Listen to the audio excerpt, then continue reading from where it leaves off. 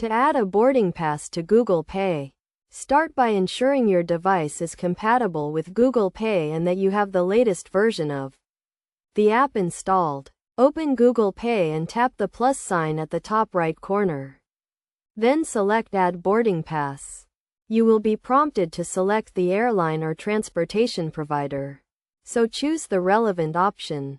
If your airline or transportation provider is not listed, you can still add the boarding pass by selecting Other and then scanning the barcode on your boarding pass. You will need to have your boarding pass email or the physical boarding pass with you to complete this step.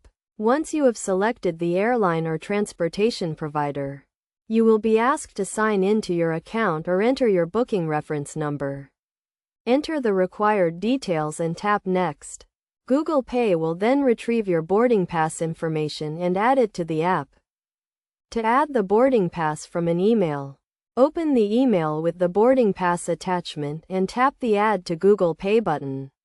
If you do not see this button, you can also save the attachment to your device and then add it to Google Pay manually. After adding the boarding pass to Google Pay, you can access it at any time by opening the app and selecting the Passes tab. You can also add multiple boarding passes to Google Pay, making it easy to manage your travel documents in one place.